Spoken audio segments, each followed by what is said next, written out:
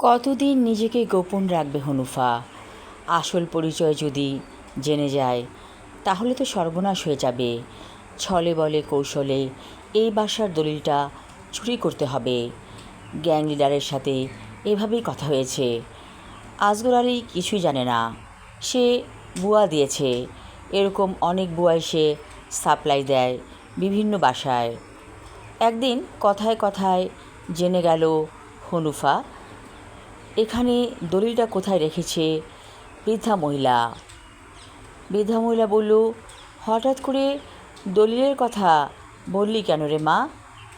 হনুফা অর্থাৎ হৃদিতা বলল, এমনি বললাম, আপনি বয়স্ক মানুষ, যদি ডাকাত এসে পড়ে এবং আমাদেরকে যদি পিস্তল ঠেকিয়ে দলিল চায় তখন তো দিতেই হবে। আমরা কি মারা যাব নাকি দলিল দেব?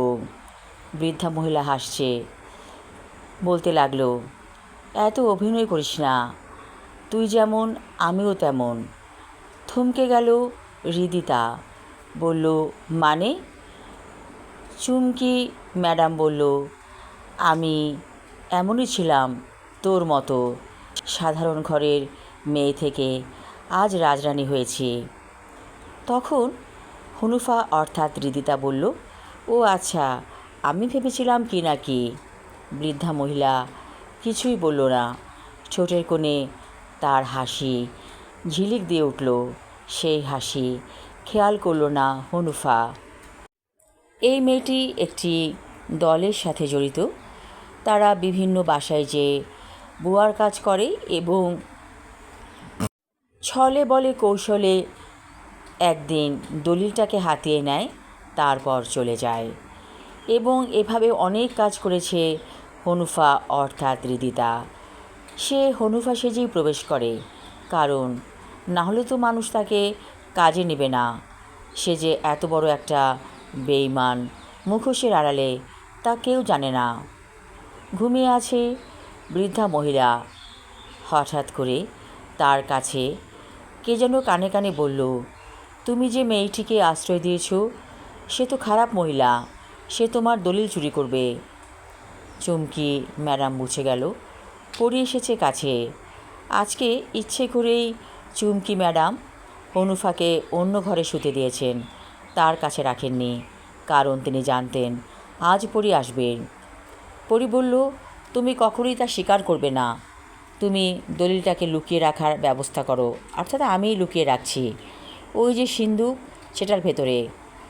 বৃদ্ধা মহিলা বলল, সিন্ধুকে রেখো না, এখানে আছে দলিল, তারা বুঝে যাবে। পরি বলল, তাহলে কোথায় রাখবো? চুমকি ম্যাডাম বলল, এমন একটা জায়গায় রাখো যে কেউ এটা সন্দেহ করতে পারবে না। তখন হারমোনিয়ামের বাক্সের ভিতরে পরি দলিলটাকে লুকিয়ে রাখল। চুমকি ম্যাডামের ছেলে বিদেশ থেকে আসবে আগামীকাল। এর মধ্যে পুলিশে খবর দেওয়া হয়েছে যাতে হনুফাকে ধরে ফেলে, কারণ এই গ্যাংটাকে ধরতে পারলে দেশের অনেক ভালো হবে। পরদিন চলে এলো চুমকি ম্যাডামের ছেলে। চুমকি ম্যাডামের ছেলেকে দেখে রীতিমতো ভয় পেয়ে গেল হনুফা অর্থাৎ হৃদিতা। পুলিশকে খবর দেওয়া হয়েছে, পুলিশ এসেছে, ধরে ফেলল হনুফাকে। হনুফা কাঁদছে।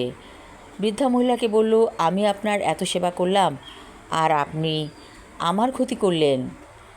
বৃদ্ধা মহিলা বলল, তোদের মতো নষ্ট মেয়েদেরকে যদি বাঁচিয়ে রাখি তাহলে সমাজের বড় রকমের ক্ষতি হয়ে যাবে। আমি একজন বৃদ্ধা মহিলা, অনেক জীবনের দেখেছি, আর বাঁচার ইচ্ছেও নেই, কিন্তু আমাদের সমাজের মানুষের বেঁচে থাকার অধিকার আছে। তোদের মতো মহিলারা যদি বেঁচে থাকে আর তোদের লিডাররা, তাহলে তো সমাজ ধ্বংস হয়ে যাবে। পুলিশের চাপের মুখে সব কিছু স্বীকার করল হনুফা।